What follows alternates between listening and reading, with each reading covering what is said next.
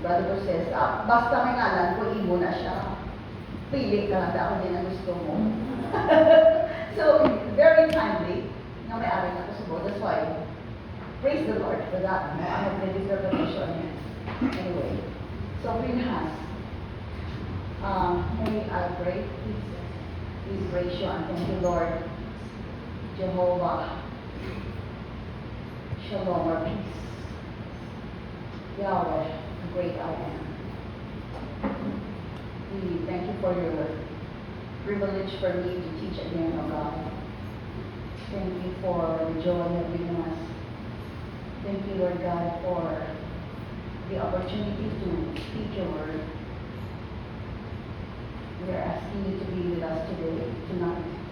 We are inviting the Holy Spirit to hover around this place and to be us, to speak through us.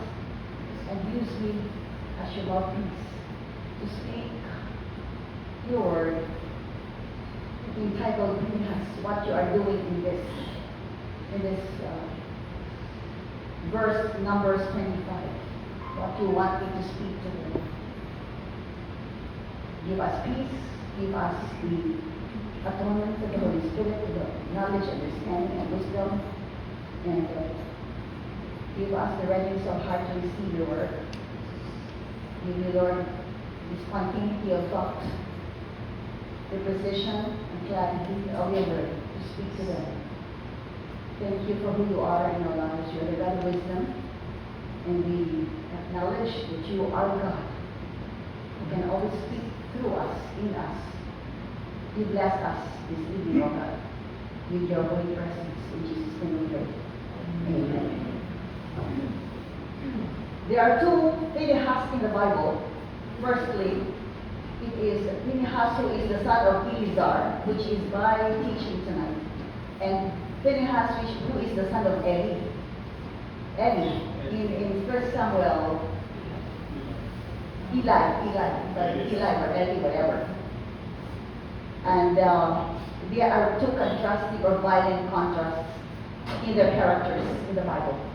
Pinhas is a zealous son of God, whereas Phinehas, the son of Eli, they have a lot of abominable acts before the Lord. So it's a violent contrast on the characters of these two characters in the Bible. So firstly, Phinehas.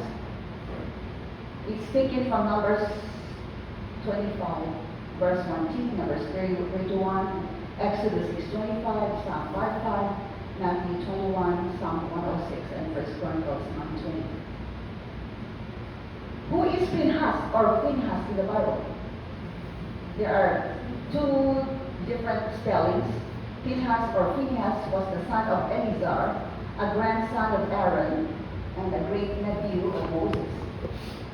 He is famous for his zealotry. Zealotry is very faithful to God. He loves God to the max. In slaying Zimri, the licentious leader of the tribe of Simeon, who halted a deadly divine sent plague affecting the Jewish nation. So there was a plague because of such abominable acts of Israelites. According to the Hebrew Bible, Pinhas was a priest during the Exodus, the grandson of Aaron and son of Eleazar, the high priests. Aaron and Eleazar are high priests. Exodus 6:25, who displayed unwavering loyalty to God. He was a prominent figure in the Old Testament. Is this correct? This is something discovered. What is this? Testament known for zealousness, for the spiritual. I think something's wrong. Is that correct? Okay lang eh. Nag-amoy-amoy siya na lang. Kasi dalo, ano pa siya man?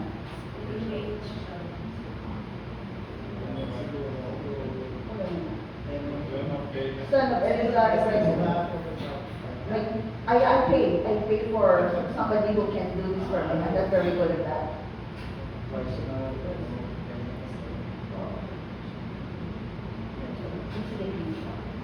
kulang, may time kung kayo na 1 week na lang lang, I have no time to review all these.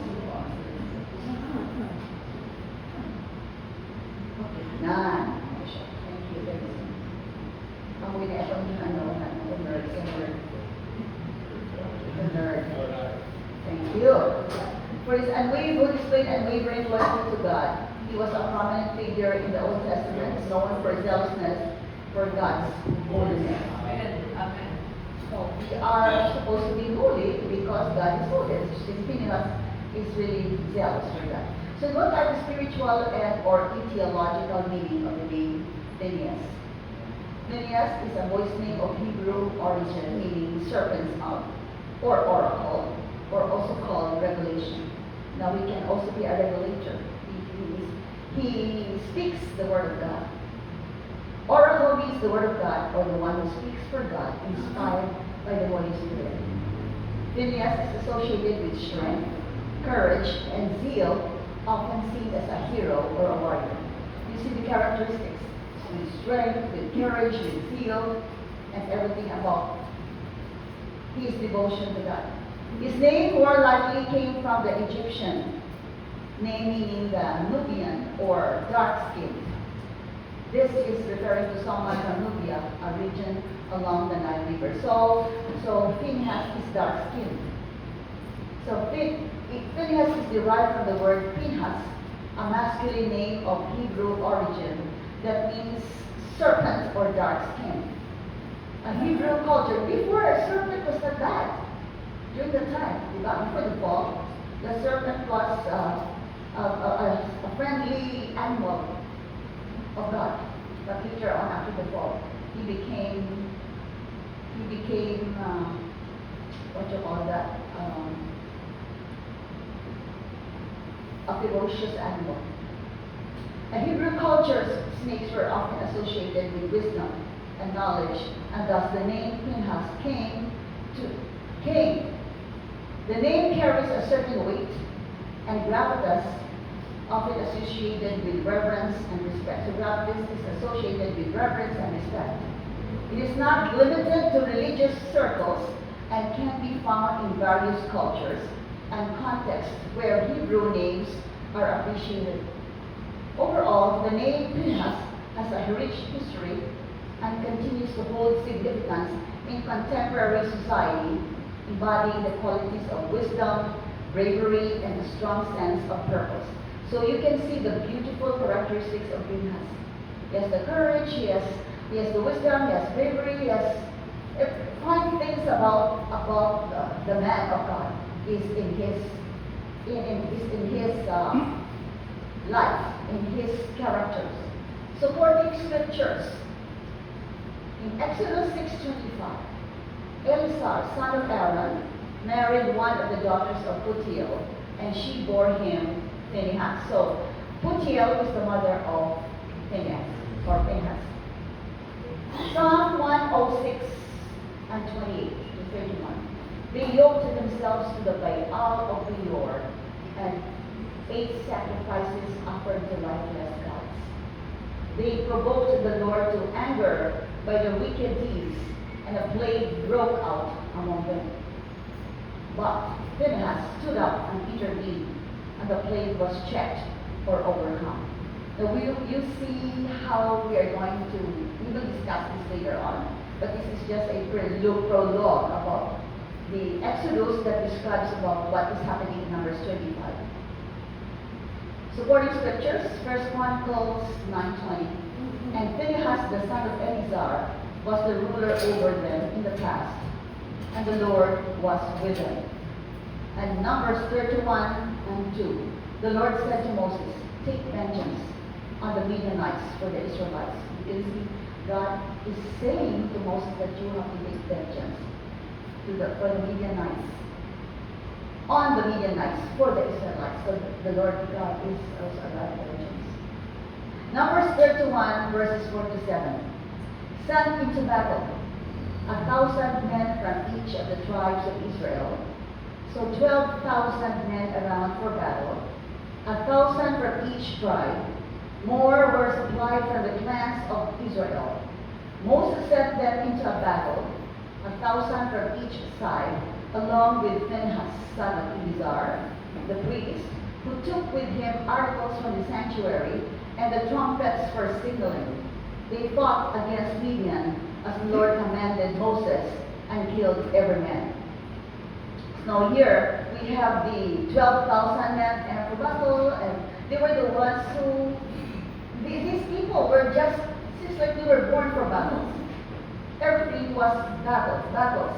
And so that was how they were born for fighting for God's glory. So after this, ano tayo dyan? Any minutes, please? Anong hinuon ko yan? Next na lang ako na ano. So we have here Numbers 25, verse 1 to 9. We will tackle this from the first verse to the last, and we will have to discuss what's happening in here. While Israel was staying in Shittim, the men began to indulge in sexual immorality with Moabite women, who invited them to the sacrifices to their gods. The people ate the sacrificial meal and bowed down before these gods. So Israel yoked themselves to the Baal of Peor, and the Lord's anger turned against them. The Lord said to Moses, "Take all the leaders of these people, kill them, and expose them in broad daylight before the Lord, so that the Lord's fierce anger may turn away from Israel." So Moses said to Israel's judges, "Each of you must put to death those of your people who have yoked themselves to the Baal of Peor." Then an Israelite man brought into the camp a Midianite woman, right before the eyes of Moses and the whole assembly of Israel, while they were weeping at the entrance to the tent of meeting. When Phinehas, son of Eleazar, the son of Aaron, the priest, saw this, he left the assembly, took a spear in his hand, and followed the Israelite into the tent. He drove the spear into both of them, right through the Israelite men and into the woman's stomach. Then the plague against the Israelites was stopped, but those who died in the plague numbered 24,000. So you see, before the Lord ended the plague, Numbers 24,000 people died already. What did Phinehas do? This couple, actually they're not a couple, it was just a mere sense of sexuality of the Israelite having an affair or having a sexual relationship with that woman, the Midianite. Now we will have to consider that the Midianite is actually was governed by Baal of Peor. Midian was the descendants of Midian, the children of Abraham. And they were worshipping the god named Baal that was worshipped at Peor. So Peor was, if you have to see what is in Peor, Peor was what you call look toward the wasteland. And the wasteland is the wilderness and the dry land. If we have to see the condition of the Midianites, they were abominable. The Lord just hated what they were doing. Then we will have to continue on this. Israel was persuaded to worship Baal of Peor. Sexual immorality was indulged by the Israelites with the Moabites. The Moabite women seduced them as well to the sacrifices to their gods. The Israelites joined the women in worshiping the Baal of Peor.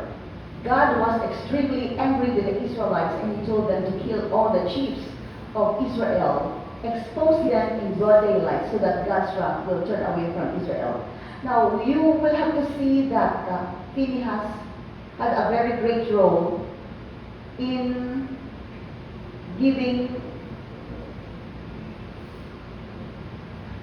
the character of God for justice, especially of killing this man and woman who had a sexual relationship in the tent, and that you know that God really hated sexual sin, and that Phinehas has a very strong character of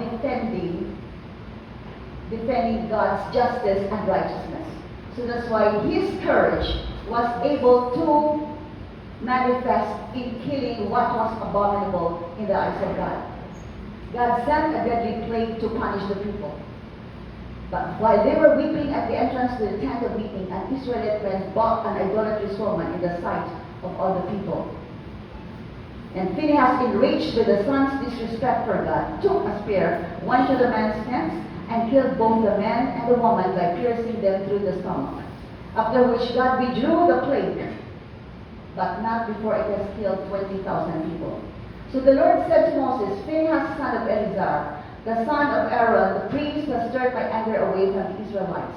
Since he was zealous for my honor among them as I am, I did not put an end to them in my zeal. Therefore, tell him I am making my covenant of peace with him.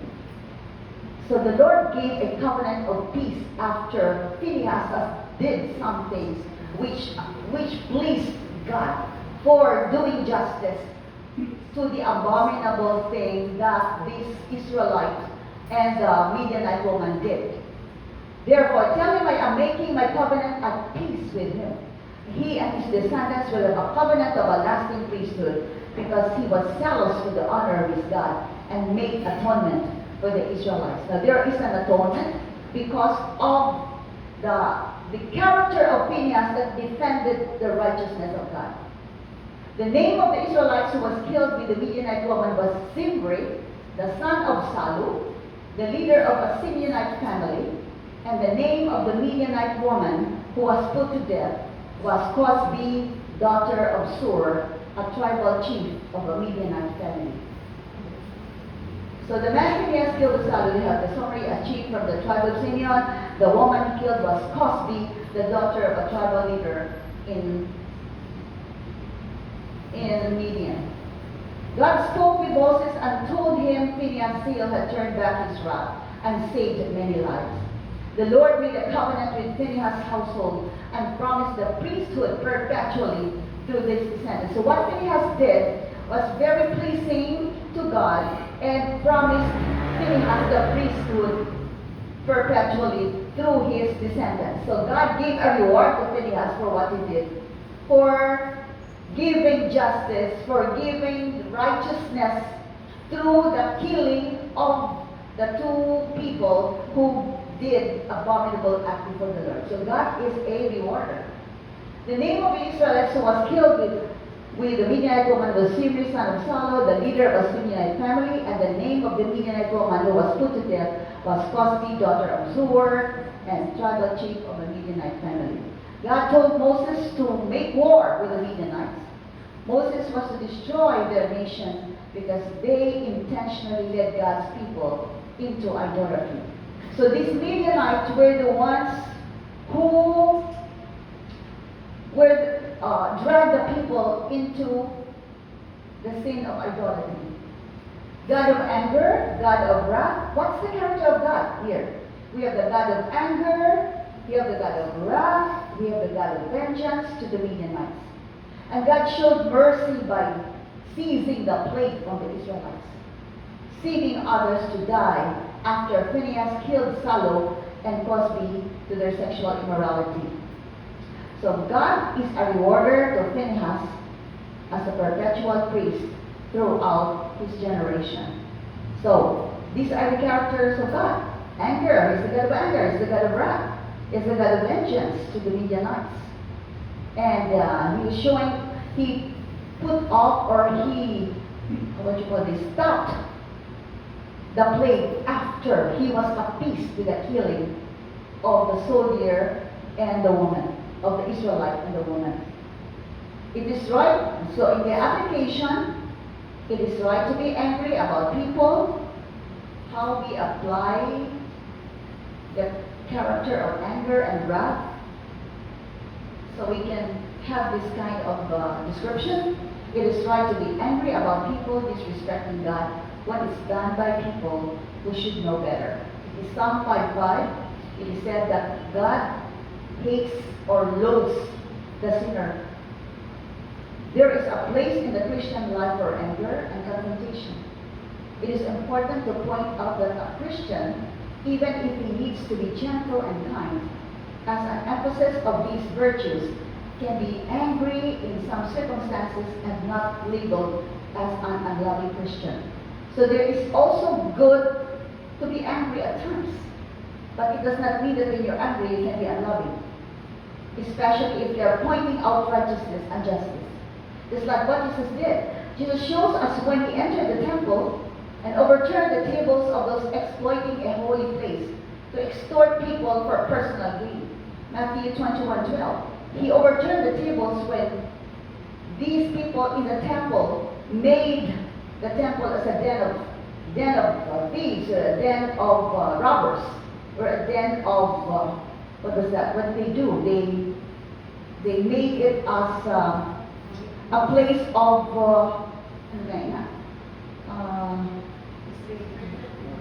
marketplace. Yes. So Jesus didn't like his temple to be made like that. So he just showed his anger because of his emphasis for justice and righteousness. That you have to respect my place. This is a holy place, so you're not supposed to be in here and do things that you just wanted to do without obeying my commands, my statutes. The meanings and differences of these words: anger is displeasure or indignant. Objection to a situation or to actions of a person or persons. Likewise, it is a disapproval with emotional heat. That's anger. There is a disapproval with emotional heat. We have heat when we are angry. But what is rage? It induces anger with a level of intensity that drives away rational thought. It results in actions that are often violent, that cause harm. It reduces thoughts of consequences. This rage is unreasonable. You have to know why you are angry. But this one is not justifiable because you don't know the consequences of your rage. That cause harm. It reduces thoughts of consequence. We have to know what are the consequences of your actions. So induce anger with a level of intensity that is not reasonable. But wrath, severe anger that accumulates a history of multiple angering events. The common use of wrath refers to put up wrath, being let loose in an act of vengeance or retribution. This is what God had. He had severe anger, which there is a multiplicity of angry events. That when he did, when the cup is full of wrath, the Lord will show his anger, will show his personality, will show his thoughts and actions for people who disobey him. So that is wrath. But what God did to the plague, when plague was done because of the multiplicity of anger of God, and that is wrath. So we can see the difference between anger, between rage, and between wrath. And this rage is a cousin of wrath. It manifests havoc and destruction. Likewise, it can also cause emotional distress. So we are be careful when you are also angry or in rage or in wrath, because it will also cause emotional distress. But things that may be justifiable when we are angry, it is because we want to also serve justice and righteousness. So there is no reason why a person cannot be angry. But when you are offended, there is nothing wrong. When you are offended, you know how to react to an offense. But when you have the spirit of offense, it is dangerous, because it brings many kinds of emotions, many kinds of spirits attached to it. When you have the spirit of offense, there is a spirit of entitlement, there's a spirit of bitterness, there's a spirit of rage, there's a spirit of resentment, which is very dangerous. So we have to be careful what we are feeling. What we're feeling of anger, we're feeling of wrath, we're feeling of offense. We have to know where we stand, and we have to examine our hearts. So Jesus, God knows what he is doing. And he wanted to serve righteousness because he also told Moses to give vengeance to the unrighteous living of these abominable people. So we have to see the difference. We cannot be good all the time. We have to show who we are because God is a God of love, a God of anger, and also a God of wrath, and He's also a God of vengeance. So, are you Athenaeus? We have to examine ourselves as we are Athenaeus. So are we angry for the sake of defending God's righteousness? Are we conforming to an attitude that is not acceptable to God? You have to look at your heart and see. When you just tolerate mistakes, when you just tolerate things that are not right before God.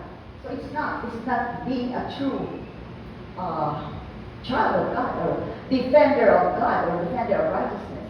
Now, I would like to add something here. I still have time. A sort of an addendum. Ano na siya man? Yeah, but anyway, I would like to add an addendum. Is it okay? We have here media night. I would like to say something about media night. Anyway, we still have a little time.